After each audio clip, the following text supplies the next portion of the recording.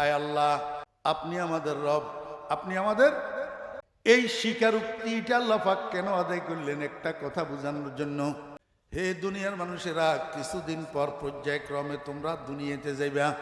দুনিয়াতে যাওয়ার পরে দুনিয়ার চাকচিক্য, দুনিয়ার মাল দৌলতের লোভ লালসা তোমাদেরকে অন্যমুখী ভিন্নমুখী বানাইয়া ফেলবে। আমি যে তোমাদের রব, তোমাদের পালনকর্তা, তোমাদেরকে আমি খাওয়াই, তোমাদেরকে আমি পালি, এই কথাটা তোমাদের মনে থাকবে না। এই জন্য আগেই তোমাদের থেকে স্বীকারোক্তি নিয়ে নিলাম আমি তোমাদের রব। তার অর্থ দুনিয়াতে যাওয়ার পরে কোনো বাবা, কোনো ভাই, কোনো নেতা, কোনো নেত্রী, কোনো প্রভাবশালীর কথা মতো তুমি চলতে পারবে না। আমি রবের কথা মতো তোমাকে চলতে হবে। কথা বুঝছেন না বুঝেননি? তা আমরা সেখানে পক্ষান্তরে আমরা স্বীকার করে আসছি যে আপনি আমাদের রব, আমরা আপনার কথার বাহিরে এক কদমও দেব না। কথা বুঝছেন?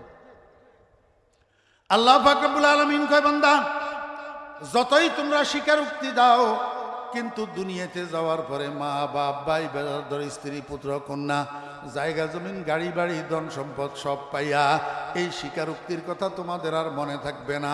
এইটা স্মরণ রাখার জন্য, এইটা তাজা রাখার জন্য আমি তোমাদের জন্য একটা প্রাইভেট প্র্যাকটিসের ব্যবস্থা রাখছি, একটা কোচিংয়ের ব্যবস্থা রাখছি। সেই কোচিংটা হইল 5 ওয়াক্ত নামাজ। সেই কোচিংটা হইল কি? 5 ওয়াক্ত নামাজ। কেমনে ভাই? ওই স্বীকারোক্তির কোচিং কেমনে 5 ওয়াক্ত নামাজ? আল্লাহ পাক রব্বুল আলামিন কয়, বান্দা 5 ওয়াক্ত নামাজের প্রত্যেক রাকাতে তোমার 3টা অবস্থা হয়। একটা অবস্থা সর্বোচ্চ অবস্থা, আর একটা সর্বনিম্ন অবস্থা, একটা মিডিয়াম অবস্থা। সর্বোচ্চ অবস্থা হইল হালতে কিয়াম, সর্বনিম্ন অবস্থা হইল হালতে সিজদা, আর মিডিয়াম অবস্থা হইল হালতে রুকু। সর্বোচ্চ অবস্থা হইল নামাজের মধ্যে তুমি যে দাঁড়াইয়া থাকো, সর্বনিম্ন অবস্থা হইল নামাজের মধ্যে তুমি যে সিজদায় যাও, আর মিডিয়াম অবস্থা হইল নামাজের মধ্যে তুমি যে রুকু করো। এই 3 অবস্থায় তুমি ওই প্রথম দিনের স্বীকারোক্তিটাকে আবার স্মরণ করো, সেটাকে আবার রিনিউ করো, আবার তাজা করো। কেমনে?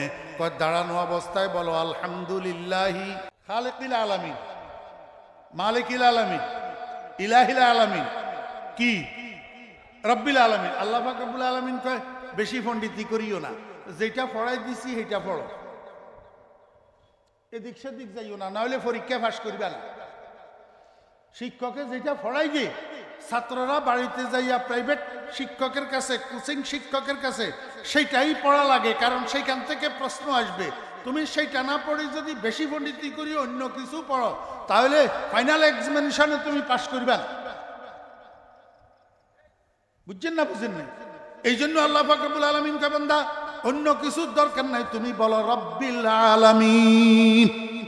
রব্বিল আল্লাহ পাক রব্বুল আলামিন কয়, এবার রুকু যাও, মিডিয়াম পজিশনে যাও। মিডিয়াম পজিশনে যাইয়া সেই স্বীকারোক্তিটাকে আবার স্মরণ করো, সুবহানা খালিকিয়াল আজিম না, ইলাহিয়াল আজিম নাই। আল্লাহ কয় দরকার নাই, আবার কয় রব্বিয়াল আজিম। সুবহানা রব্বিয়াল আজিম কয়বার হইল? 2 বার। এবার কয় তুমি সর্বনিম্ন পজিশনে যাও, সেটার নাম হইল সিজদা। সেটার নাম কি? আমার দিনাজপুর ভাষী ভাইয়েরা, হযরত উলামায়ে কেরাম, এই সিজদাটাই হলো নামাজের মুখ্য অংশ। এই সিজদাটাই হলো মেসদাকে মেরাজ। মেসদাকে মেরাজ, সালাতু মেরাজুল মুমিনিন। এই মেরাজুল মুমিনিনের মেসদাক হলো সিজদা।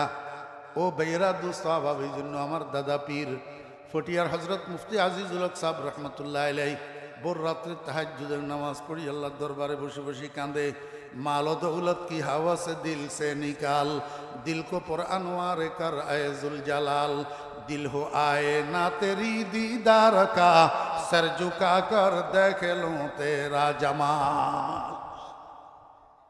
আমার ভাইয়েরা, দোস্ত আহবাব, আমরা তো সিজদার মতো সিজদা করি না। সিজদা যদি মনোযোগ সহকারে হয়, সিজদা যদি কন্টিনিউ হয়, সিজদা যদি যত্ন সহকারে হয়, সিজদা যদি খুশু আর খুজু এর সাথে হয়, তো সিজদাকারী মানুষটা নম্র হয়, মানুষটা ভদ্র হয়, ওই মানুষটার মধ্যে তাওয়াজু আসে, আজজি আসে, এনকেসারি আসে। আমার ভাইয়েরা, দোস্ত আহবাব, এই সেজদা যদি তাওয়াজুর সাথে খুশুর সাথে খুজুর সাথে করা হয়, খোদার কসম মানুষটা যখন সেজদায় যায় তার দুইটা অন্তর্চক্ষু খুলে যায়। অন্তর্চক্ষু বজাহের চশমে সুরত বি গনুদা, বজাহের চশমে সুরত বি গনুদা, ওয়ালে চশমে দিগর দর দিল কুশুদা।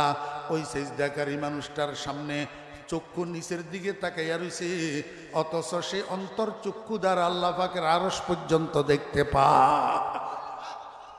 কুশতেগানে খঞ্জরে তসলি মেরা, কুশতেগানে খঞ্জরে তসলি মেরা, হর জমায়া বদজে জানে দিগরা, কুশতেগানে ইশকরা জানে দিগর, হর জমা আজ গাইবে ইহসানে দিগর। হযরত উলামায়ে কেরামের খোরাকের জন্য দুই কথা বললাম মাঝখানে, এটা আপনাদের জন্য না। নামাজের মুখ্য অংশ কি? সিজদা।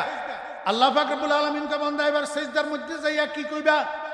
আবার ক সুবহানা খালিকিয়াল আলা, মালিকিয়াল আলা, ইলাহিয়াল আলা, গফফারিয়াল আলা, সত্তারিয়াল আলা। আল্লাহ কে বান্দার দরকার নাই, যেটা পড়াই দিছি সেটা শিখো। তুমি বলো সুবহানা রাব্বিয়াল আলা। তো প্রত্যেক রাকাতে তিনবার প্র্যাকটিস, প্রত্যেক রাকাতে তিনবার মাশক, প্রত্যেক রাকাতে তিনবার অনুসরণ। আলহামদুলিল্লাহি রাব্বিল আলামিন, সুবহানা রাব্বিয়াল আযীম, সুবহানা রাব্বিয়াল আলা। আল্লাহ কয় বান্দা প্রতিদিন 5 বার মসজিদে যাবি, যত রাকাত নামাজ পড়বি তত রাকাতের প্রত্যেক রাকাতে তিনবার ওই ইকরারে রুবুবিয়তের মাশকে করবি। যদি মৃত্যু পর্যন্ত এটা কন্টিনিউ করতে পারস তো ফেরেশতা তোরে কবরের মধ্যে প্রথম প্রশ্ন করবে মার রাব্বুকা। কি প্রশ্ন করবে? ফেরেশতা মান খালিকুকা জিজ্ঞাসা করবে না। কলমা পড়লাম লা ইলাহা ইল্লাল্লাহ, কি পড়ছি? লা রাব্বা ইল্লাল্লাহ পড়ছি নি কলমা? কি পড়ছি? লা ইলাহা ইল্লাল্লাহ। তাহলে ফেরেশতা জিজ্ঞাসা করার দরকার ছিল মান ইলাহুকা, মান ইলাহুকা, কিন্তু এইটা তো জিগায় না, কয় মান রাব্বুকা। কেয়া? আল্লাহ কয় বান্দা পড়াই দিছি তোরে আমি আলাস্তু বে রব্বিকুম, তুই বলছ বালা। এখন রুবুবিয়তের ক্লাস করাই, তোর থেকে আমি অন্য কিছুর প্রশ্ন কেমনে করি, অন্য পরীক্ষা কেমনে নি? যেটা ক্লাস করাই দিছি, যেটার প্র্যাকটিস করাইছি, যেটার কোচিং করাইছি, সেটাই তোরে প্রশ্ন করতেছি মার রব্বুকা। যদি দুনিয়ার মধ্যে ইকরার রুবুবিয়তের প্র্যাকটিস ঠিকমতো করে থাকিস, 5 ওয়াক্ত নামাজ যদি পড়ে থাকিস, তাহলে এই পরীক্ষায় তুই পাশ করবি, প্রশ্নের উত্তর দিতে পারবি। রব্বি আল্লাহ উত্তর দিতে। আমার বেনামাজি ভাইয়েরা, ও বেনামাজি ভাইয়েরা, আপনি কি চান কবরের প্রশ্নে আপনি একটু উত্তর দিতে পারেন? কবরের প্রশ্নের উত্তর দিতে পারলে কি লাভ হবে? ফেরেশতারা আল্লাহ পাকের আদেশে আপনার কবরের মধ্যে বেহেশতের বিছানা বিছাইয়া দিবে। আপনার গায়ের কাপড়গুলা খুলি বেহেশতের রেশমি পোশাক পরিধান করাইয়া দিবে। আপনার কবরের থেকে জান্নাত পর্যন্ত একটা সুরঙ্গ করে দেওয়া হবে, একটা ছিদ্র করে দেওয়া হবে। জান্নাতের সুগন্ধি মিশ্রিত সুশীতল বাতাস আপনার কবরের মধ্যে এয়ার কুলারের মতো প্রবাহিত হইতে থাকবে। উপরের থেকে আপনার বন্ধু মাহবুবে হাকিকি, মাওলায়ে হাকিকি, আপনার আসল বন্ধু উপরের থেকে আপনাকে ডাকিয়া ডাকিয়া বলবে নুম কানাউমাতিল আরুস, ও আমার বান্দা কেউ তোমাকে ডিস্টার্ব করবে না। নতুন স্বামী স্ত্রী বাসর রাত্রে শেষ রাত্রের দিকে যেমন অচেতন হইয়া ঘুমাইয়া পড়ে, অচেতন হইয়া তুমিও এরকম অচেতন হইয়া ঘুমাইয়া পড়ো। কিয়ামত পর্যন্ত তোমাকে ঘুম থেকে জাগাইতে কেউ আসবে না। যদি পরীক্ষার প্রশ্নের উত্তর দেওয়া সম্ভব হয় মার রাব্বুকা, এই প্রশ্নের উত্তরে যদি মুখের থেকে রব্বি আল্লাহ বাইর হয়, তো রব্বি আল্লাহ কার মুখ থেকে বাইর হবে? যার জীবনের মধ্যে আলহামদুলিল্লাহ রাব্বিল আলামিন আছে, যার জীবনের মধ্যে সুবহান রাব্বিয়াল আযীম আছে, যার জীবনের মধ্যে সুবহান রাব্বিয়াল আ'লা আছে। যেই হতভাগা মসজিদে যায় না, যেই হতভাগার জীবনে আলহামদুলিল্লাহি রাব্বিল আলামিন নাই, সুবহান রাব্বিয়াল আযীম নাই, সুবহান রাব্বিয়াল আ'লা নাই, এই হতভাগার মুখ থেকে প্রশ্নের উত্তর রব্বি আল্লাহ বাইর হবে না, বাইর হবে উত্তর হা হা, আফসোস আফসোস, আমি দুঃখিত, লা আদরি, ও ফেরেশতা তোমার প্রশ্নের উত্তর আমার জানা নাই। মানুষ মৃত্যুশয্যায় শায়িত হয়। এই মৃত্যুশয্যায় শায়িত হওয়া মৃত্যু পথযাত্রী মানুষগুলা দুই ভাগে বিভক্ত হয়। কয় ভাগে? দুই ভাগে। এক ভাগ মানুষ যখন আজরাইলকে দেখে, আপনারা বলতে পারবেন না, ওলামায়ে কেরাম বলতে পারবে যে আজরাইল পৃথিবীতে অন্য অন্য সময় নবীদের কাছে ওহী লইয়া আসছেন যে মানুষের আকৃতি, মানুষের ছবি ধারণ করিয়া আসছেন, কিন্তু রুহু কবজ করার সময় যে আজরাইল আসে এটা অন্য কিছুর আকৃতি ধারণ করিয়া আসে না, আজরাইলের অরিজিনাল শরীর, অরিজিনাল চেহারা লইয়া আসে। আজরাইল মানুষের রুহু কবজ করার জন্য আসে কোন আকৃতিতে? আর আজরাইলের নিজস্ব অরিজিনাল আকৃতিতে। আজরাইলের নিজস্ব অরিজিনাল আকৃতি যেটা, আজরাইলের নিজস্ব চেহারা সুরত যেটা, এটা অত্যন্ত ভয়ঙ্কর। অত্যন্ত কি ভয়ঙ্কর। আর ভয়ঙ্কর হবে না কেন? আজরাইল নামের ফেরেশতা এটা কত বড় আপনারা কি জানেন? সাহাবী একজন রাসূল আকরাম সাল্লাল্লাহু আলাইহি ওয়াসাল্লামকে জিজ্ঞেস করতেছেন, ইয়া রাসূলুল্লাহ, গোটা পৃথিবীতে এট এ টাইম হাজার হাজার মানুষ মরে, লক্ষ লক্ষ মানুষ মরে, তো আজরাইল একজন ফেরেশতা এট এ টাইম এতগুলা মানুষের রুহু কবজ করে কেমনে? রাসূল আকরাম সাল্লাল্লাহু আলাইহি ওয়াসাল্লাম উত্তরে বলেন, আমার সাহাবী, তোমার সামনে যদি একটা খানার প্লেট রাখা হয়, ওই প্লেটের মধ্যে এক পাশে রুটি, এক পাশে গোশত, এক পাশে খেজুর, এক পাশে সিরকা, এইভাবে বিভিন্ন আইটেম যদি রাখা হয়, তো ওই আইটেমগুলা তালাশ করি করি খাওয়ার জন্য তোমাকে বসার থেকে উঠতে হবে কিনা? সাহাবী কয়, ইয়া রাসূলুল্লাহ, উঠতে হবে কেন? আমার হাতের যতটুক ফরিদি এটা তো প্লেটের অনেক বাহিরে যায়, আমি বসা থাকি, প্লেটের থেকে তালাশ করি করি আরামসে সবগুলা আইটেম খাইতে পারবো, উঠতে হবে না। রাসূল আকরাম সাল্লাল্লাহু আলাইহি ওয়াসাল্লাম বলেন, আমার সাহাবী, গোটা পৃথিবীটা আজরাইল নামের ফেরেশতার সামনে একটা খানার প্লেটের মতো। গোটা পৃথিবীটা আজরাইল নামের ফেরেশতার সামনে একটা কিসের মতো? এত বড় দেহর অধিকারী যেই সত্তা, তার চেহারা কত বড়? এত বড় চেহারাওয়ালা লোকটার চোখগুলা কত বড় বড়। এখন এই চোখ এগুলার দিকে আমার মতো একটা চুনি ফুটি পিঁপড়া সমতুল্য হতো না। যদি আমি তাকাই তো আমার অন্তরটা ভয়ে কেঁপে উঠবে না? ঠিক তাই মৃত্যুপথ যাত্রী মানুষটা মৃত্যুশয্যায় যখন আজরাইলকে দেখে তখন হুঁশ হারা হইয়া যায়, চক্ষু বড় বড় হইয়া যায়, ভীত সন্ত্রস্ত হইয়া যায়। কিন্তু এক প্রকারের মানুষ যাদের নাম ঈমানদার, যাদের নাম মুত্তাকি, যাদের নাম আল্লাহর ওলি, এই মানুষগুলা আজরাইলকে দেখার পরে ভীত সন্ত্রস্ত হওয়ার পরিবর্তে তারা মুস্কি মুস্কি হাসে, মুস্কি মুস্কি হাসে। আমাকে একটু আপনারা বলেন, নতুন বউ শ্বশুর বাড়িতে আসছে দ্বিতীয়বার, প্রথমবার আসি 2 দিন পরে আবার চলে গেছে, দ্বিতীয়বার আসি 5-7 দিন 10 দিন থাকে। এই 5-7 দিন 10 দিন নতুন অবস্থায় শ্বশুর বাড়িতে থাকা এই নতুন বউয়ের জন্য বড় কষ্টকর। সময় সময় বাপের বাড়ির কথা মনে উঠলে শুধু কাঁদে, আর দরজা খুলি খুলি শুধু বাহিরের দিকে তাকায়, আমার আব্বা আমার ভাই কেউ আমাকে নেওয়ার জন্য আসতেছে কিনা। আপনারা কি আমার ভাষা বুঝেন? শুধু বাহিরের দিকে তাকায়।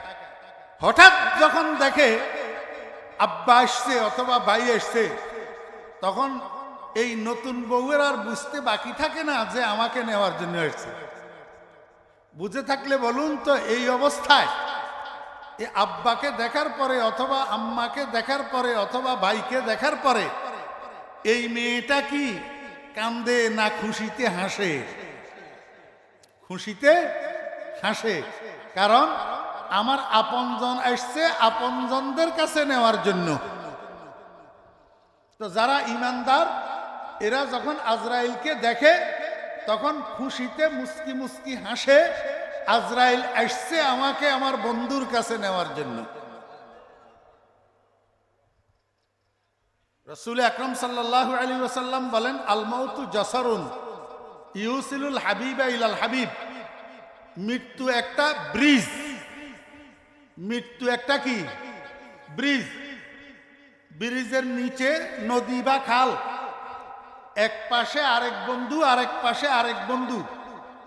এখন দুই বন্ধু একজনের সাথে একজন মিলিত হওয়ার জন্য দুজন ব্রিজের উপরে উঠছে, মাঝখানে আসি একজনের সাথে একজনের মিলন হয়েছে। রাসূল বলেন মৃত্যুটা একটা ব্রিজ। এই ব্রিজের মাধ্যমে আবেদ এবং মাবুদ, আবেদ এবং মাবুদ, বান্দা এবং আল্লাহ, হাবিব এবং মাহবুব, আশিক এবং মাশুকের মধ্যে মিলন হয়। কি হয়? মিলন হয়। এইবার বুঝেন, ইমানদার যদি বুঝে মৃত্যু আমার বন্ধুর সাথে মিলনের ব্রিজ, আজরাইল আমাকে সেখানে নেওয়ার জন্য আসছে আমার বন্ধুর কাছে, তো এই সময় এই মানুষটা হাসবে না?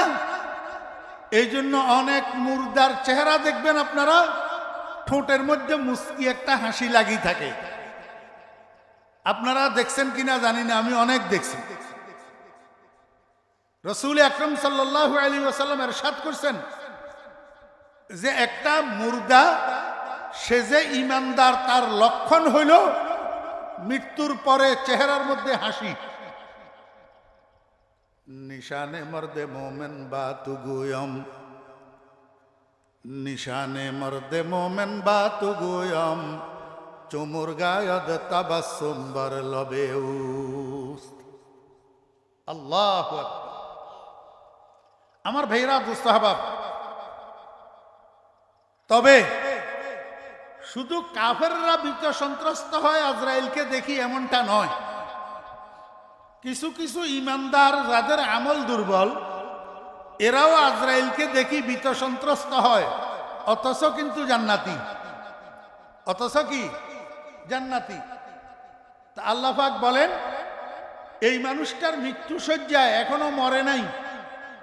এখনো কি মরে নাই।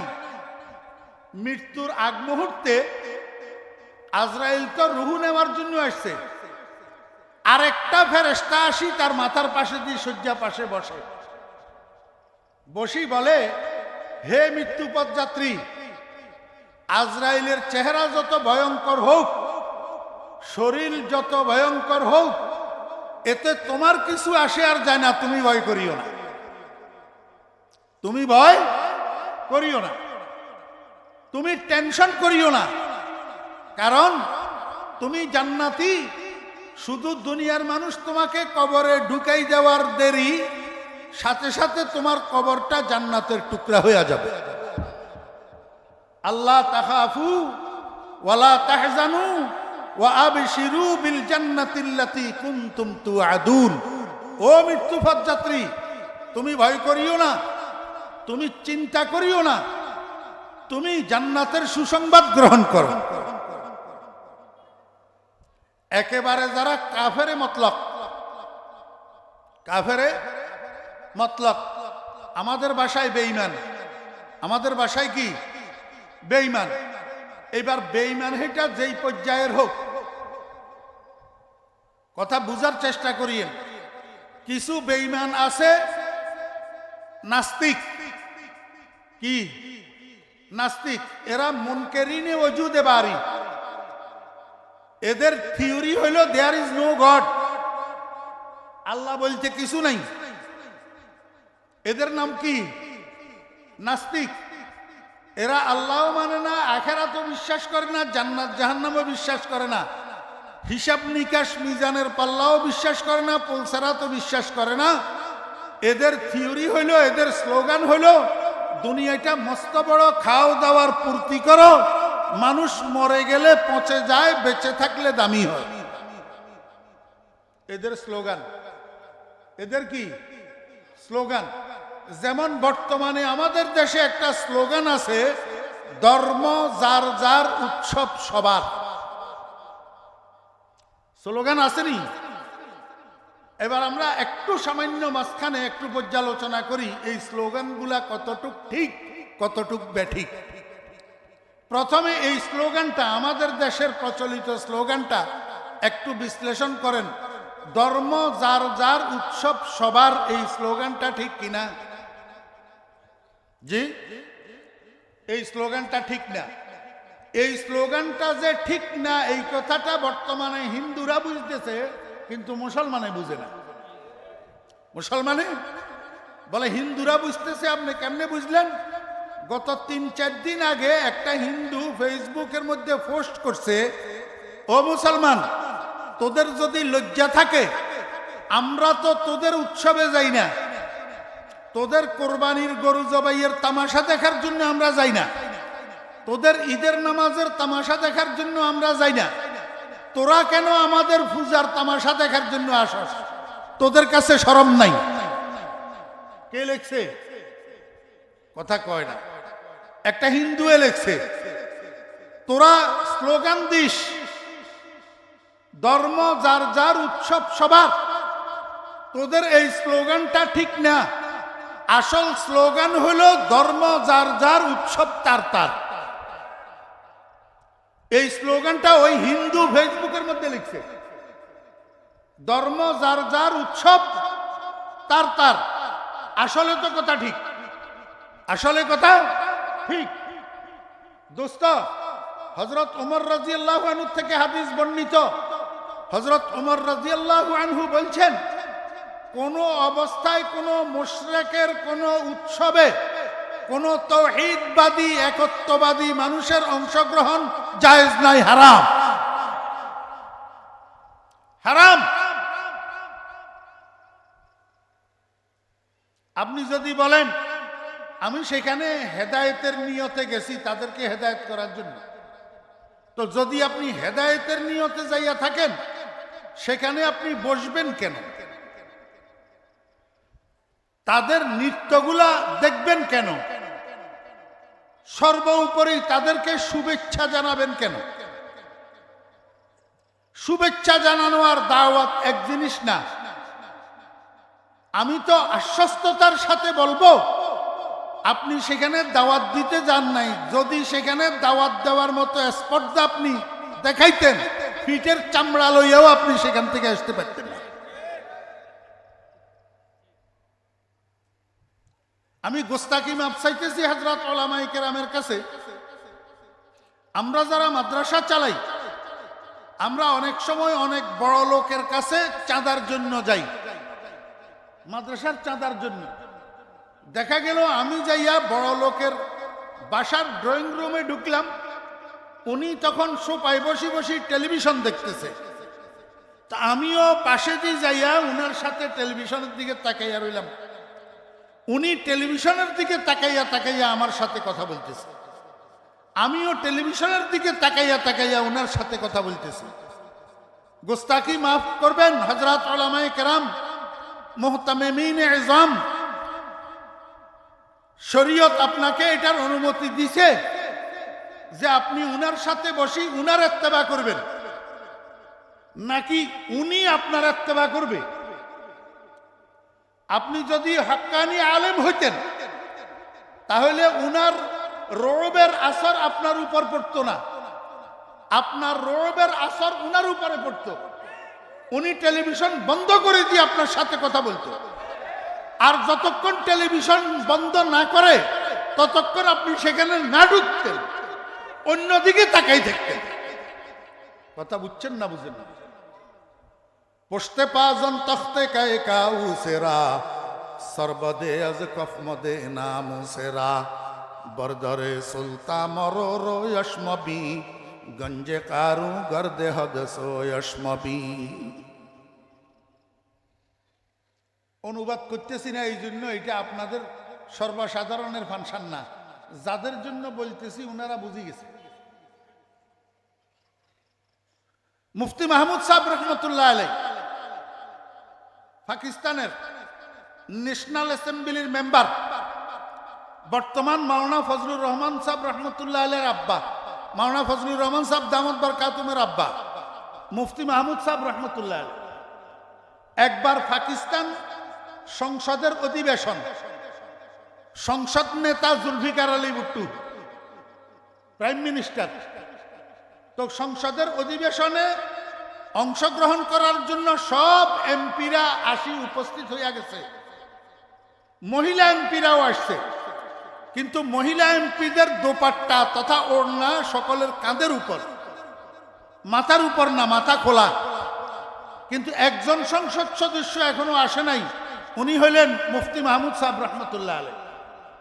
অল্প কিছুক্ষণ পর মুফতি মাহমুদ সাহেব রহমতুল্লাহ আলাই সংসদ ভবনে ঢুকছে, আর মহিলা এমপিরা সবাই ওড়নাগুলাকে মাথার উপর উঠাইয়া দিছে।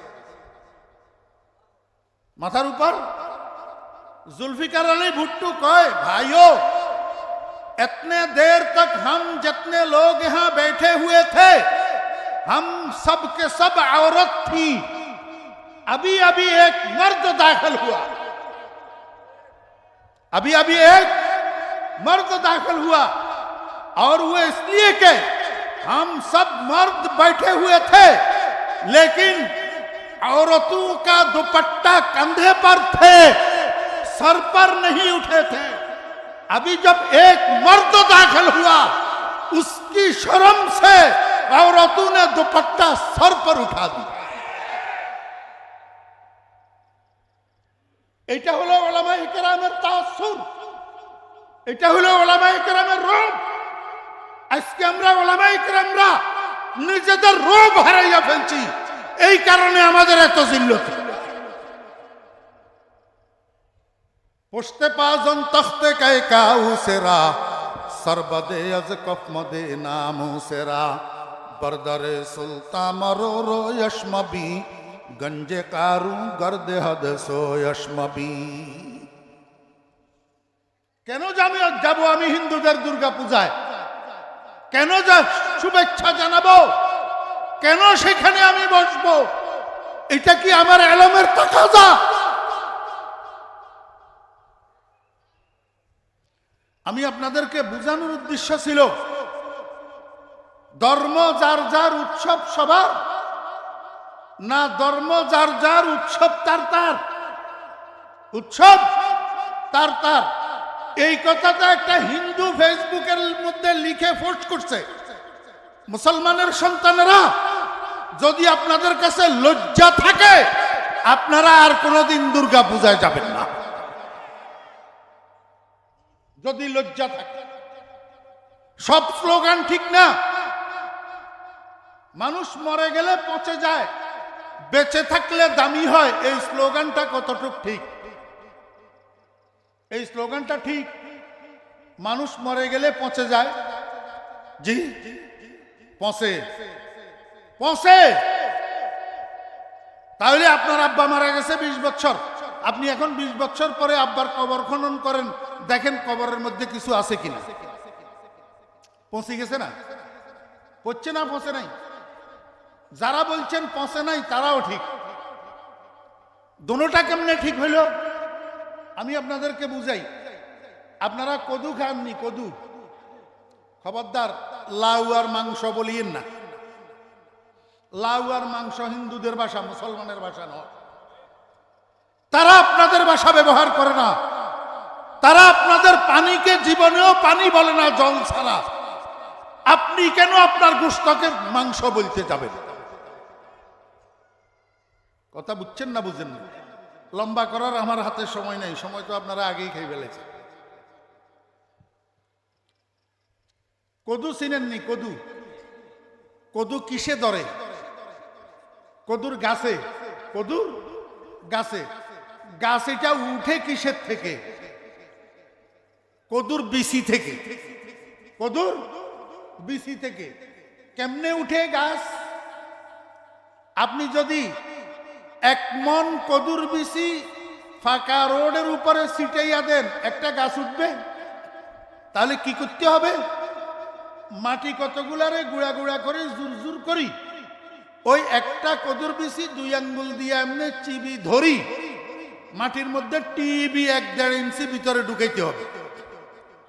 এবার আঙ্গুলের টিপে যে একটা গর্ত হয়েছে না ছোট্ট, চতুর্দিক থেকে মাটি আনি গর্ত এটারে ভরাট করি দিতে হবে। এবার বুঝি থাকলে বলুন তো, এই কদুর বিচিটা কি আসলে রোপণ করলেন না দাফন করলেন? আপনারা তো বলেন রোপণ, আসলে রোপণ না দাফন? কথা কয় না। রোপণ না দাফন? তাহলে কদুর বিচির ভিতরে যেই ক্রিয়াটা আছে ওই ক্রিয়াটা বিকশিত হওয়ার জন্য কদুর বিচিকে দাফন করতে হবে। হাই রোডের উপরে ছিটাইয়া দিলে ক্রিয়া বিকশিত হবে না। কথা বুঝছেন না বুঝেন নাই? এখন কদুর বিচিরে আপনি যখন দাফন করছেন, কদুর বিচিটা ফসে গেছে, কি কর? ফসে গেছে তো, কদুর বিচিটা ফসে গেছে না? কিন্তু কি হচ্ছে? উপরের যে খোসাটা আছে এই খোসাটা পচে গেছে, ভিতরের যে শ্বাস ওইটা পচে নাই। সেখান থেকে 4-5 দিন পরে মাটি ঠেলি একটা গাছ 2 পাতাওয়ালা উপরের দিকে উঠছে। ঠিক না বে ঠিক? তাহলে পচে গেছে, এটা আসলে উপরের খোসা, ভিতরের শ্বাসটা পচে নাই, যেটা আসল কদুর বিচি। উপরের খোসাটা কিন্তু আসল কদুর বিচি না, আসল কদুর বিচি হলো ভিতরের শ্বাসটা। কথা বুঝছেন না বুঝেন নাই? এবার বলেন, আসল কদুর বিচি মাটির এই খোসা না রূহ? আসল মানুষ মাটির এই খোসাটা নাকি রূহ? রূহ। তাহলে মানুষ মরে গেলে পচে যায়, কি রূহ পচে যায় না মাটির খোসাটা পচে? মাটির খোসাটা পচে, রূহ নামের শ্বাসটা পচে না, বরং রূহ আরো বিকশিত হয়। কেমনে বিকশিত হয়? মানুষ মরে গেলে সমাপ্তি নয় বরং সূচনা। বরং কি? সূচনা। সমাপ্তি কিসের? সূচনা কিসের? সমাপ্তি হলো এই পৃথিবীর ছায়া নামী জীবনটা। ছায়া, এটা আসল জীবনের কি? ছায়া। আসল জীবন, বাস্তব জীবন, চিরস্থায়ী জীবন, পরজীবন, আখিরাতের জীবন। এই কথা আপনারা মানেন? বিশ্বাস করেন? কে কে বিশ্বাস করেন হাত উঠান। হাত নামান, নারায় তাকবীরের দরকার নাই, হাত নামান। কথাটা বুঝছেন? আমি কষ্ট দেওয়াই আপনাদেরকে হাত উঠাইছি মনোযোগ আকৃষ্ট করার জন্য। বিষয়টা আপনারা বুঝলেন কিনা? আপনারা আখিরাতের জীবন বিশ্বাস করেন? আখিরাতের জীবন শুরু হয় কোনখান থেকে? যেই দিন মানুষ মরে সেখান থেকে। जिंदगी नाम है दुनिया से गुजर जाने का, जिंदगी नाम है दुनिया से गुजर जाने का, और हयाते अबदी नाम है मर जाने का। এবার বুঝি থাকলে বলুন তো, মানুষ মরে গেলে পচে যায়, বেঁচে থাকলে দামি হয়, না মানুষ মরে গেলে আসল জীবন শুরু হয়? আসল জীবন। তাহলে নাস্তিকদের এই স্লোগান ঠিক না ব্যাঠিক? ব্যাঠিক। আরেকটা স্লোগান দে, দুনিয়াটা মস্ত বড়, খাও দাওয়ার ফুর্তি করো। এই স্লোগানটা ঠিক না ব্যাঠিক? বিস্তারিত বলার আজকে সময় নেই। দুনিয়াটা মস্ত ছোট, খাও দাওয়ার ইবাদত করো। দুনিয়াটা মস্ত ছোট, খাও দাওয়ার ইবাদত করো। বেহেশতটা মস্ত বড়, খাও দাওয়ার ফুর্তি করো। এটা হলো মুসলমানের স্লোগান। বেঈমান নাস্তিকের স্লোগান ওইটা। কথা বুঝছেন না বুঝেন না? তাহলে পৃথিবীতে যত মানুষ আছে এই মানুষগুলোর মধ্যে এক প্রকার মানুষের নাম নাস্তিক, এক প্রকার মানুষের নাম কি? থিওরি হলো দেয়ার ইজ নো গড, আল্লাহ বলতে কিছু নাই। কথা বুঝছেন নি? আর কতগুলো আছে আস্তিক। আস্তিক মানে এরা আল্লাহর অস্তিত্ব বিশ্বাস করে, আল্লাহ আছে, আল্লাহ আছে। এগুলা আবার দুই ভাগ। এগুলা আবার কয় ভাগ? দুই ভাগ। এক ভাগ মুওয়াহ্হিদ আর এক ভাগ মুশরিক। কথা বুঝিয়েন। আমার স্কুল কলেজের ছাত্র ভাইয়েরা, ছোট ভাইয়েরা একটু মনোযোগ সহকারে শুনুন।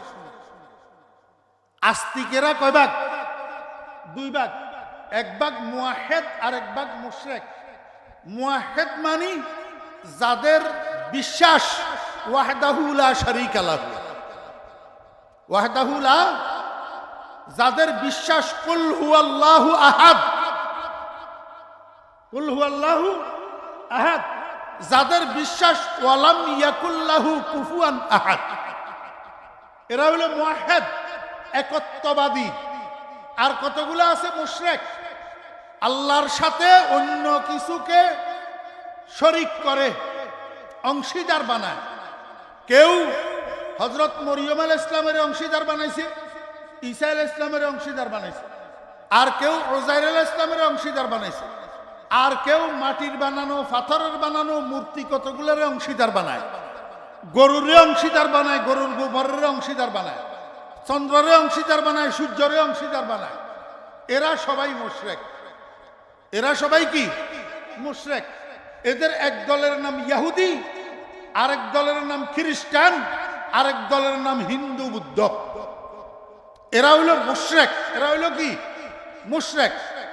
আমি যেই কথা আপনাদেরকে বলছি, ফেরেশতা নাজিল হইব মৃত্যুর সময় শয্যা পাশে, সুসংবাদ দিব জান্নাতের, আপনাকে অভয় দিবে, এটা কোনো নাস্তিকের জন্য নয়, কোনো মুশরিকের জন্য নয়। কথা বুঝছেন না বুঝেন না? শুধু কার জন্য? মুওয়াহ্হিদদের জন্য। কার জন্য? এই মুওয়াহ্হিদদের জন্য। আপনারা আমরা আল্লাহর রহমতে কি আলহামদুলিল্লাহ আমরা কি ইমানদার মুওয়াহ্হিদ, ইমানদার মুওয়াহ্হিদ। আমরা আল্লাহর একত্ববাদে বিশ্বাসী। আল্লাহ এক এবং একক, এক এবং একক, আল্লাহর কোনো অংশীদার নাই। যেহেতু আমরা মুওয়াহ্হিদ সেহেতু আমরা আশাবাদী আল্লাহর রহমতে আমাদের মৃত্যু শয্যায়, আমাদের শয্যা পাশে একজন ফেরেশতা আসবে, আজরাইল না, আরেকজন ফেরেশতা আসবে, আসি আমাদেরকে বলবে আল্লাহ তাখাফু ওয়ালা তাহজানু, ও মৃত্যুপথ যাত্রী তুমি ভয় করিও না, টেনশন করিও না, ওয়া আবশিরু বিল জান্নাতিল্লাতী কুনতুম তুআদুন, যেই জান্নাতের তোমাদেরকে প্রতিশ্রুতি দেওয়া হয়েছে সেই জান্নাতের সুসংবাদ গ্রহণ করো, তুমি জান্নাতি। এইবার একটু ঠান্ডা মেজাজে বুঝি থাকলে আমারে বলেন, আপনারা সবাই চাননি মৃত্যুশয্যায় ফেরেশতা এটা আমার পাশে আসুক, আমার এই সুসংবাদটা দেখ, এটা সবাই চান? কে কে চান? হাত নামান। শর্তে না বিনা শর্তে? শর্তে। কি শর্ত? দুইটা শর্ত। কয়টা শর্ত? দুইটা শর্ত। ইন্নাল্লাযীনা ক্বালু রাব্বুনাল্লাহ এক নম্বর শর্ত, সুম্মাস্তাকামু দুই নম্বর শর্ত। কয়টা শর্ত? দুইটা শর্ত। এক নম্বর শর্ত কি? এবার আমি আপনাদেরকে বাংলায় বুঝাই দিই।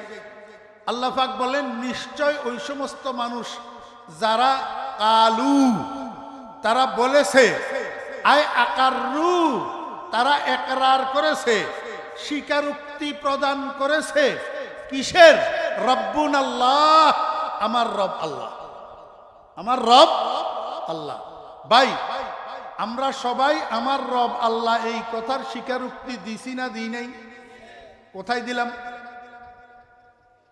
আমার বেয়েরা দোস্ত আহবাব, আদম আলাইহিস সালাম থেকে কিয়ামত পর্যন্ত যত মানুষ দুনিয়াতে আসবে, এই সবগুলা মানুষকে আল্লাহ পাক রব্বুল আলামিন এক জায়গায় সমাবেশ করেছেন, সমাবেত করেছেন একটা মহাসমাবেশে।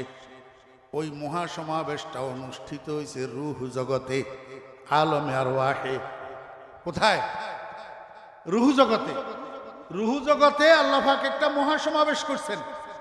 ওই মহাসমাবেশের মধ্যে শত সহস্র কোটি মানুষ, যত আদম সন্তান কিয়ামত পর্যন্ত দুনিয়াতে আসবে, তখনও একজনও আসে নাই।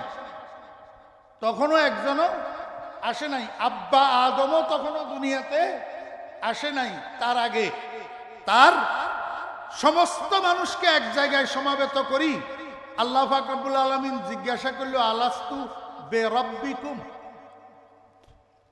আলাস্তু বেরব্বিকুম। এটার অর্থ আপনারা জানেননি? জি, সর্বসাধারণ ভাইদেরকে জিজ্ঞাসা করতেছি, আলেম তালেবে আলেমদেরকে না।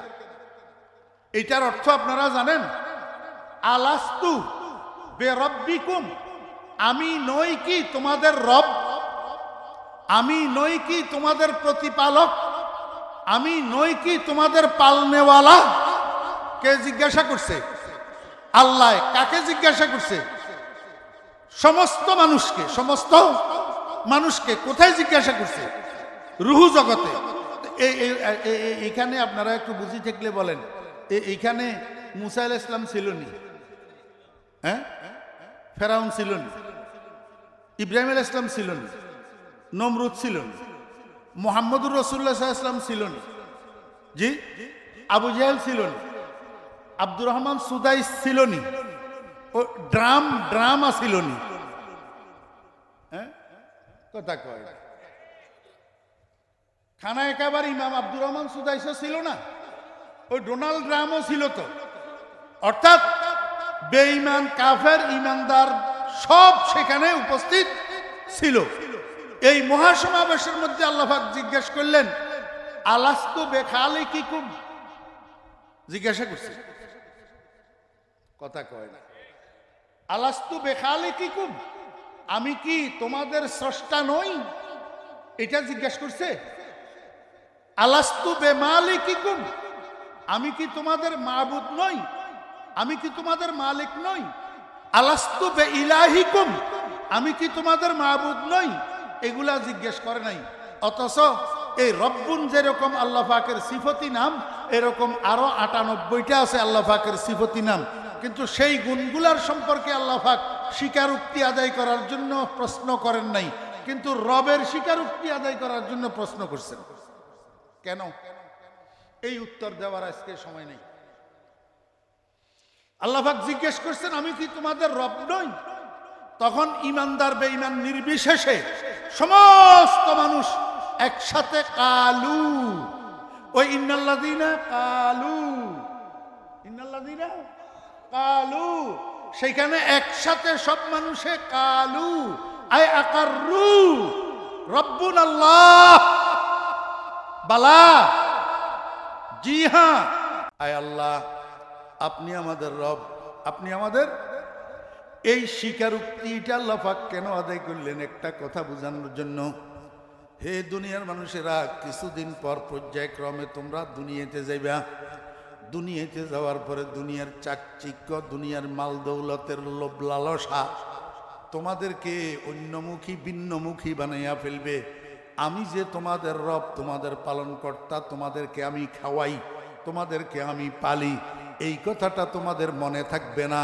এই জন্য আগেই তোমাদের থেকে স্বীকারোক্তি নিয়ে নিলাম, আমি তোমাদের রব। তার অর্থ দুনিয়াতে যাওয়ার পরে কোনো বাবা, কোনো ভাই, কোনো নেতা, কোনো নেত্রী, কোনো প্রভাবশালীর কথা মতো তুমি চলতে পারবে না।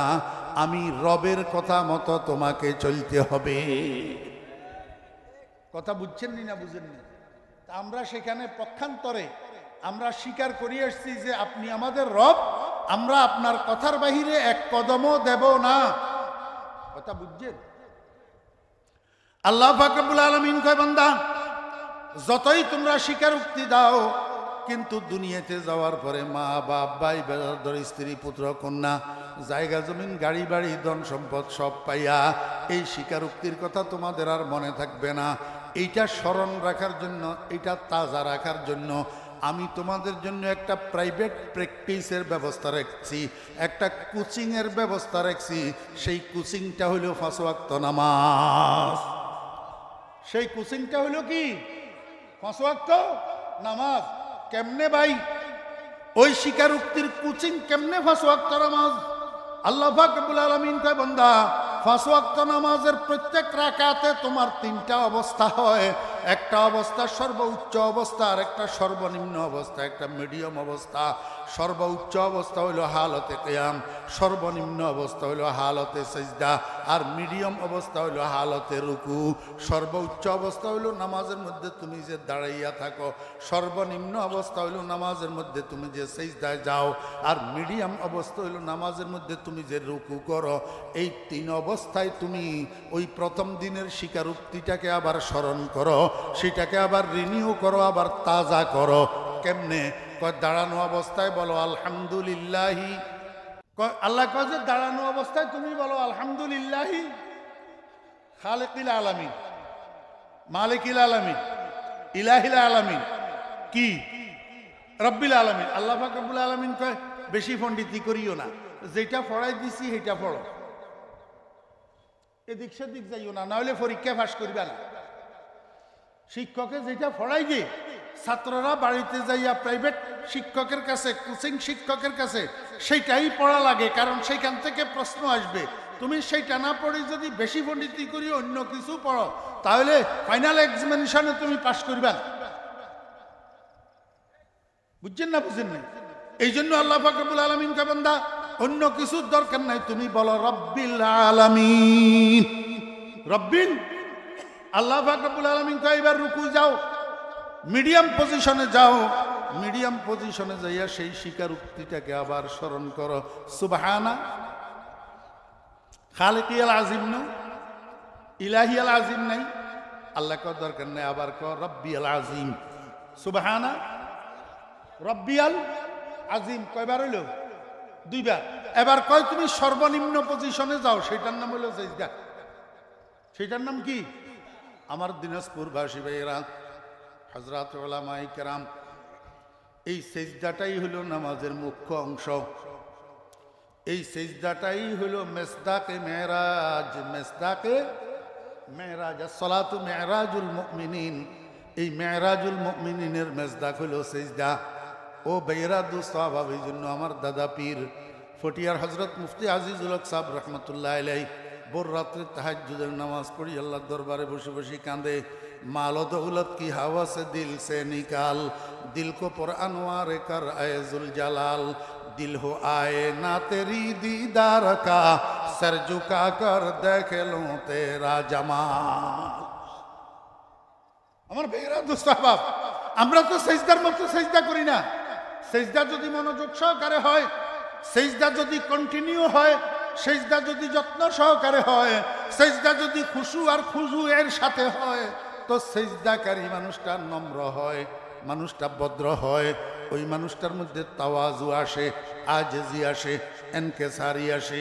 আমার ভাইয়েরা দোস্ত আহবাব, এই সেজদা যদি তাওয়াজুর সাথে, খুশুর সাথে, খুজুর সাথে করা হয়, খোদার কসম মানুষটা যখন সেজদায় যায় তার 2টা অন্তর্চক্ষু খুলে যায়। অন্তর্চক্ষু বজাহের চশমে সুরত বি গনুদা, বজাহের চশমে সুরত বি গনুদা, ওয়ালে চশমে দিগর দর দিল কুশুদা।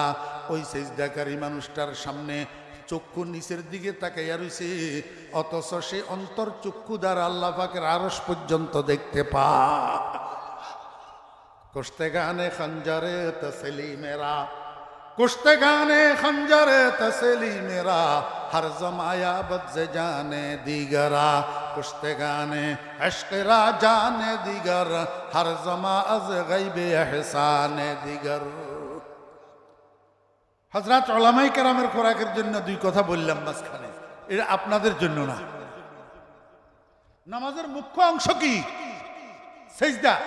আল্লাহ পাক রব্বুল আলামিন কে বান্দা এবার সিজদার মধ্যে যাইয়া কি কইবা?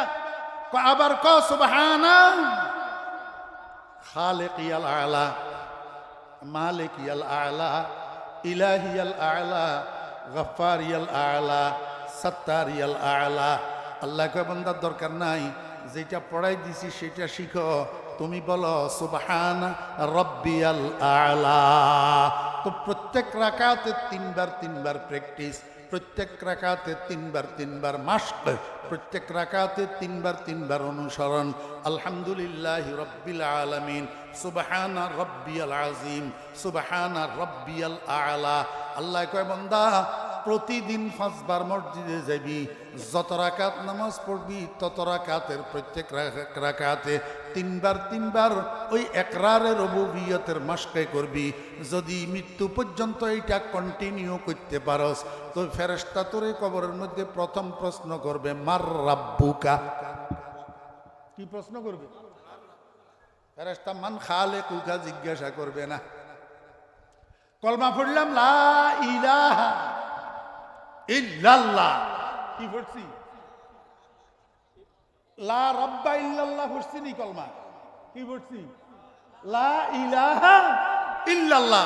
তাহলে ফেরেশতা জিজ্ঞাসা করার দরকার ছিল মান ইলাহুকা, মান ইলাহুকা, কিন্তু এইটা তো জিগায় না, কয় মান রাব্বুকা। কিয়া আল্লাহ কয় বান্দা ফড়াই দিছি তোরে আমি, আলাস্তু বে রাব্বিকুম, তুই বলছ বালা। এখন রুবুবিয়তের ক্লাস করাই তোর থেকে আমি অন্য কিছুর প্রশ্ন কেমনে করি, অন্য পরীক্ষা কেমনে নি? যেটা ক্লাস করাই দিছি, যেটার প্র্যাকটিস করাইছি, যেটার কোচিং করাইছি, সেটাই তোরে প্রশ্ন করতেছি, মার রাব্বুকা। যদি দুনিয়ার মধ্যে ইকরার রুবুবিয়তের প্র্যাকটিস ঠিকমতো করে থাকিস, 5 ওয়াক্ত নামাজ যদি পড়ে থাকিস, তাহলে এই পরীক্ষায় তুই পাশ করবি, প্রশ্নের উত্তর দিতে পারবি। রব্বি আল্লাহ উত্তর দিতে। আমার বেনামাজি ভাইয়েরা, ও বেনামাজি ভাইয়েরা, আপনি কি চান কবরের প্রশ্নে আপনি একটু উত্তর দিতে পারেন? কবরের প্রশ্নের উত্তর দিতে পারলে কি লাভ হবে? ফেরেশতারা আল্লাহ পাকের আদেশে আপনার কবরের মধ্যে বেহেশতের বিছানা বিছাইয়া দিবে। আপনার গায়ের কাপড়গুলা খুলি বেহেশতের রেশমি পোশাক পরিধান করাইয়া দিবে। আপনার কবরের থেকে জান্নাত পর্যন্ত একটা সুরঙ্গ করে দেওয়া হবে, একটা ছিদ্র করে দেওয়া হবে। জান্নাতের সুগন্ধি মিশ্রিত সুশীতল বাতাস আপনার কবরের মধ্যে এয়ার কুলারের মতো প্রবাহিত হইতে থাকবে। উপরের থেকে আপনার বন্ধু মাহবুবে হাকিকি, মাওলায়ে হাকিকি, আপনার আসল বন্ধু উপরের থেকে আপনাকে ডাকিয়া ডাকিয়া বলবে, নুম কানাউমাতিল আরুস, ও আমার বান্দা কেউ তোমাকে ডিস্টার্ব করবে না। নতুন স্বামী স্ত্রী বাসর রাত্রে শেষ রাত্রের দিকে যেমন অচেতন হইয়া ঘুমাইয়া পড়ে, অচেতন হইয়া তুমিও এরকম অচেতন হইয়া ঘুমাইয়া পড়ো। কিয়ামত পর্যন্ত তোমাকে ঘুম থেকে জাগাইতে কেউ আসবে না। যদি পরীক্ষার প্রশ্নের উত্তর দেওয়া সম্ভব হয়, মার রাব্বুকা, এই প্রশ্নের উত্তরে যদি মুখের থেকে রব্বি আল্লাহ বাইর হয়, তো রব্বি আল্লাহ কার মুখ থেকে বাইর হবে? যার জীবনের মধ্যে আলহামদুলিল্লাহ রাব্বিল আলামিন আছে, যার জীবনের মধ্যে সুবহান রাব্বিয়াল আযীম আছে, যার জীবনের মধ্যে সুবহান রাব্বিয়াল আ'লা আছে। যেই হতভাগা মসজিদে যায় না, যেই হতভাগার জীবনে আলহামদুলিল্লাহ রাব্বিল আলামিন নাই, সুবহান রাব্বিয়াল আযীম নাই, সুবহান রাব্বিয়াল আ'লা নাই, এই হতভাগার মুখ থেকে প্রশ্নের উত্তর রব্বি আল্লাহ বাইর হবে না। বাইর হবে উত্তর হা হা, আফসোস আফসোস, আমি দুঃখিত, লা আদরি, ও ফেরেশতা তোমার প্রশ্নের উত্তর আমার জানা নাই। মাঝখানে একটা কথা কই, এই যে কবরের ভিতরে প্রশ্ন করবে, পৃথিবীর সমস্ত মানুষের প্রশ্ন করবে না? কথা কয় না। মোদি দাদারে প্রশ্ন করবে না? জি, এরিয়েল শারনের প্রশ্ন করবে না? হ্যাঁ, ডোনাল্ড ট্রাম্পকে প্রশ্ন করবে না? আপনাদের কি খেয়াল? ডোনাল্ড ট্রাম্পকে প্রশ্ন করবে না? কোন ভাষায়? ইংরেজি। হ্যাঁ, ডোনাল্ড ট্রাম্পকে কোন ভাষায় প্রশ্ন করবে? আরবি ভাষায়। আরবি ভাষার প্রশ্ন ডোনাল্ড ট্রাম্প বুঝবে, হেতু তো ইংরেজিওয়ালা। কিও ডোনাল্ড ট্রাম্প আরবি ভাষার প্রশ্ন বুঝবে? ও মোদি দাদা আরবি ভাষার প্রশ্ন বুঝবে, হেতু তো হিন্দিওয়ালা। কথা বুঝেন নাই আমার ভাইয়েরা, দোস্ত আহবাব, মনে রাখবেন, যত তাফালিঙ্গার যত মাস্তানি করতেছেন, সব তাফালিঙ্গার মাস্তানি ছুটিয়া যাবে। নিঃশ্বাস বন্ধ হওয়ার সাথে সাথে, চক্ষু বন্ধ হওয়ার সাথে সাথে আপনি যেই ভাষা লইয়া যেই ভাষা লইয়া ফুডুর ফুডুর ফুডুর ফুডুর করেন, প্রত্যেক কথায় কথায় ইংরেজি শব্দ মারেন, আপনি যেরকম কথায় কথায় ফুডুর ফুডুর ইংরেজি মারতে পারেন, আমরাও এরকম কথায় কথায় ফুডুর ফুডুর আরবি মারতে পারি। কিন্তু আপনি তো আরবি গোড়ার ডিমও পারেন না, আমরা প্রয়োজন মতো ইংরেজি ফুডুর ফুডুর করতে পারি। আমরা প্রয়োজন মতো ইংরেজি ফুডুর ফুডুর করতে পারি, কিন্তু আপনি তো প্রয়োজনীয় আরবিটা ফুডুর ফুডুর করতে পারেন না। আপনি তো আব্বার জানাজা পড়তে গেছেন, যে জানাজার নামাজের দোয়াটা শুদ্ধ করে মুখস্থ জানেন না। আপনি তো মুর্দাকে কবরে নামানোর দোয়াটা শুদ্ধ করে মুখস্থ জানেন না। কবরে মাটি দেওয়ার দোয়াটা শুদ্ধ করে মুখস্থ জানেন না। মিনহা খালাকনাকুম ওয়া ফিহা নুঈদুকুম ওয়া মিনহা নুখরিজুকুম তারাতান।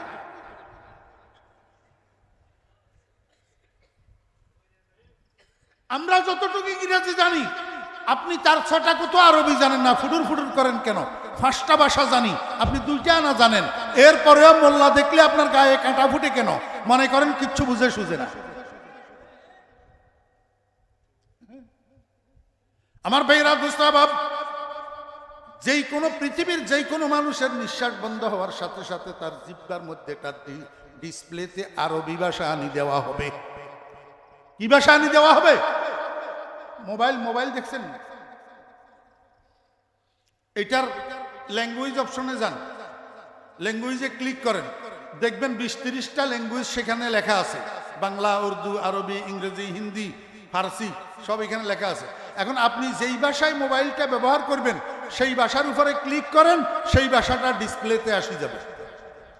জি, আল্লাহ পাক রব্বুল আলামিন জিহ্বা এটার মধ্যে 61টা ভাষা দিয়ে রাখছে। অপশনাল কয়টা ভাষা দিয়ে রাখছে? 61টা ভাষা দিয়ে রাখছে। এমনি কারো ডিসপ্লেতে আরবি দিয়ে রাখছে, সে আরবি ভাষায় কথা কয়। কারো ডিসপ্লেতে ইংরেজি দিয়ে রাখছে, সে ইংরেজি ভাষায় কথা কয়। কারো ডিসপ্লেতে বাংলা দিয়ে রাখছে, সে বাংলা ভাষায় কথা কয়। মরণের পরে সবের ডিসপ্লেতে অটো সিস্টেমে আরবি আসি যাবে। কি আসি যাবে? এমনি মরণের সাথে সাথে সে তখন আর জর্জ ডব্লিউ বুশ ইংরেজি বুঝবে না, আরবি বুঝবে, আরবি বলতে পারবে। মোদি দাদা তখন আর হিন্দি বুঝবে না, তখন আরবি বুঝবে, আরবি বলতে পারবে। এই জন্য আমার নবী কয়, আহিব্বুল আরব আলী সালাস, তোমরা আরবিকে 3 কারণে ভালোবাসো। লিআন্নী আরবি, আমি তোমাদের রসুল আরবি। ওয়াল কুরআনু আরবি, তোমাদের কোরআন আরবি। ওয়া লিসানু আহলিল জান্নাতি ওয়া ফি রিওয়ায়াতিন লিসানুল আখিরাতি আরবি। বুঝাইতে পারছি আমার ভাইয়েরা সাহাবাব? তাহলে সব ইংরেজিওয়ালা, উর্দুওয়ালা, ফার্সিওয়ালা, আরবিওয়ালা, হিন্দিওয়ালা কবরে গেলে সবে আরবি ভাষার প্রশ্ন বুঝবে। শুধু বুঝবে নয়, আরবিতে উত্তর দিবে। আরবিতে কি দিবে? উত্তর দিবে। জর্জ ডব্লিউ বুশ সেখানে ফেরেশতারে বলবে লা আদরি, না আই ডোন্ট নো। কি বলবে? লা আদরি। তো লা আদরি আরবি নি না ইংরেজি? কি क्या है तो इंग्रेजी वाला? সেখানে ফেরেশতারে আই ডোন্ট নো বলা যাবে না, বলা যাবে না। কারণ ডিসপ্লেতে আই ডোন্ট নো নাই। আই ডোন্ট নো ডিসপ্লেতে নাই। যত ফুডুর ফুডুর করো, শেষ পর্যন্ত ওই আরবি নিয়ে থাকতে হবে তোমার। কথা বুঝছেন না বুঝেন না? আমি যেই কথাটা আসল বুঝাইতে চাইছিলাম, ও আমার দিনাজপুরবাসী ভাইয়েরা, তাহলে কবরে মার রাব্বুকা প্রশ্নের উত্তর দিতে পারবে কারা? যাদের জীবনে আলহামদুলিল্লাহি রাব্বিল আলামিন আছে, যাদের জীবনে সুবহানা রাব্বিয়াল আযীম আছে, যাদের জীবনে সুবহানা রাব্বিয়াল আ'লা আছে। আর এইটার নাম হইল ইস্তেকামত। এইটার নাম কি? ইস্তেকামত। ইস্তেকামত শব্দের অর্থ হইল অটলতা, অবিচলতা। একটা কথা বলি সেটার উপরে অটল থাকা। আপনাদের দেশে নাই, আমাদের দেশে আছে। সকালে একটা কয়, বিকালে একটা কয়, দিনে একটা কয়, রাত্রে একটা কয়। কথার কোনো ঠিক নাই। এটা অবিচলতা নেই না অটলতা? কথার উপরে টিকে থাকা, কাজের উপরে টিকে থাকা, এটার নাম হলো ইস্তেকামত তথা অটলতা, অবিচলতা। আল্লাহ পাক রব্বুল আলামিন কয় ইন্নাল্লাযীনা ক্বালু রাব্বুনাল্লাহ যে সমস্ত মানুষ স্বীকার করে আমার রব আল্লাহ, সুম্মাস্তাকামু, এবং এই স্বীকারোক্তির উপরে অটল থাকে, অবিচল থাকে, যত দিক থেকে যত ঝাপটা আসুক, যত ঝড় তুফান আসুক, যত প্রতিবাদ আসুক, প্রতিবন্ধকতা আসুক, সে কিন্তু মসজিদে যাওয়া বন্ধ করবে না। মসজিদে যাওয়া বন্ধ করবে না। যত দিক থেকে যত তিরস্কার আসুক, এই দিনাজপুরবাসী যুবকেরা খবরদার, যুবক ছেলেরা বিয়ের সময় হাতে মেহেদি লাগাইবে না, হাতে মেহেদি লাগাইবে না। ছেলেদের প্রসাধনী কালার নয়, ছেলেদের প্রসাধনী গ্রান, মেয়েদের প্রসাধনী কালার। অতএব মেহেদি লাগাবে মেয়েরা, মেহেদি ছেলেরা নয়। গায়ে হলুদের অনুষ্ঠান মেয়েদের বাসায় হবে, ছেলের বাসায় নয়। মেয়েদের গায়ে হলুদের অনুষ্ঠানে ছেলেরা যাবে না, এটা হিন্দুয়ানি প্রথা।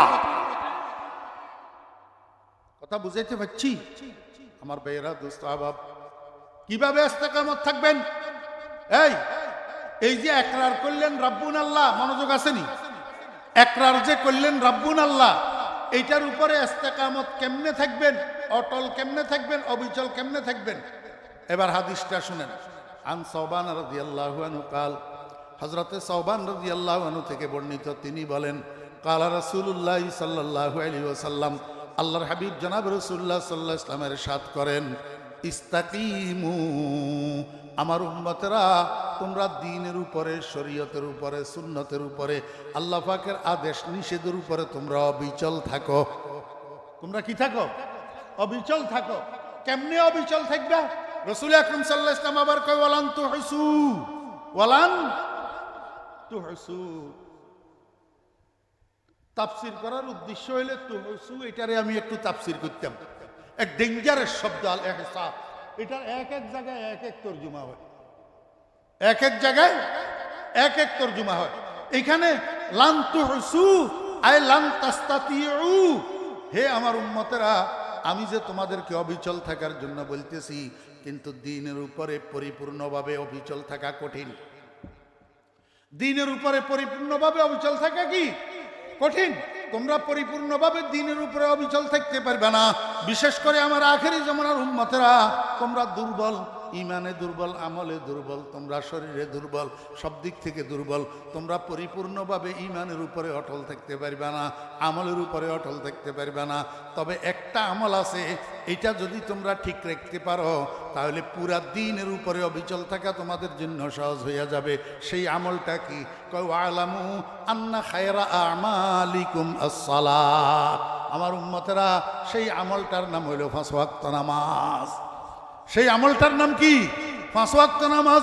এই 5 ওয়াক্ত নামাজকে যদি তুমি কন্টিনিউ করতে পারো, এই 5 ওয়াক্ত নামাজকে যদি ধরে রাখতে পারো, এই 5 ওয়াক্ত নামাজকে পুরুষ হোক বা মহিলা হোক, নারী হোক বা পুরুষ হোক, 5 ওয়াক্ত নামাজ যদি যত্ন সহকারে আদায় করতে পারো, তাহলে তোমার জন্য দ্বীনের উপরে অবিচল থাকা সহজ হইয়া যাবে। কয় কারণে? 2 কারণে। 1 নম্বর কারণ হল নামাজ জামিউল ইবাদাত। নামাজ কি? জামিউল ইবাদাত। নামাজ সমস্ত ইবাদতের মোহনা। নামাজের মধ্যে রোজা আছে, নামাজের মধ্যে হজ আছে, নামাজের মধ্যে যাকাত আছে, নামাজের মধ্যে জিকির আছে, নামাজের মধ্যে কোরআন তেলাওয়াত আছে, নামাজের মধ্যে তসবিহ আছে, নামাজের মধ্যে দরুদ শরীফ আছে, নামাজের মধ্যে মুরাকাবা মুশাহাদা আছে। সব ইবাদত, সব ইবাদতের মোহনা হইল নামাজ। অতএব নামাজ যদি তোমার ঠিক থাকে, নামাজকে যদি যত্ন সহকারে কন্টিনিউ করতে পারো, গোটা দ্বীনের উপরে তোমার ইস্তেকামত হইয়া যাবে। আরেকটা জিনিস আমার ভাইরা, দোস্ত আহবাব, আল্লাহ পাক কোরআন শরীফের মধ্যে বলছেন, ইন্নাস সালাতা তানহা আনিল ফাহশাই ওয়াল মুনকার। নামাজ নামাজি ব্যক্তিকে অশ্লীলতার থেকে এবং নিষিদ্ধ কাজের থেকে ফিরাইয়া রাখে। ও ভাইরা, দোস্ত আহবাব, সত্যিকার অর্থে নামাজি যদি নামাজের হক আদায় করি খুশু খুজুর সাথে, আল্লাযীনা হুম ফি সালাতিহিম খাশিউন, আমাদের নামাজে আমাদেরকে উপকার দেয় না, আমাদের নামাজে আমাদেরকে অসৎ কাজের থেকে ফিরায় না, গুনার কাজের থেকে ফিরায় না। কারণ হলো আমাদের নামাজের মধ্যে খুশু নামের জিনিসটা থাকে না। এই জন্য খুশু খুজুর সাথে যদি 5 ওয়াক্ত নামাজ আদায় করেন, তাহলে নামাজে আপনাকে আল্লাহ পাকের যত নিষিদ্ধ কাজ আছে সবগুলার থেকে ফিরাইয়া রাখবে। নামাজে আপনাকে আল্লাহ পাকের সমস্ত হুকুমের সাথে জড়াইয়া রাখবে। এই জন্য নবীজি বলছেন, খায়রা আমালিকুম আস-সালাত, তোমাদের জন্য সর্বোত্তম আমল হইল নামাজ। আর যাই করো এই নামাজটা ছাড়িও না, এই নামাজটা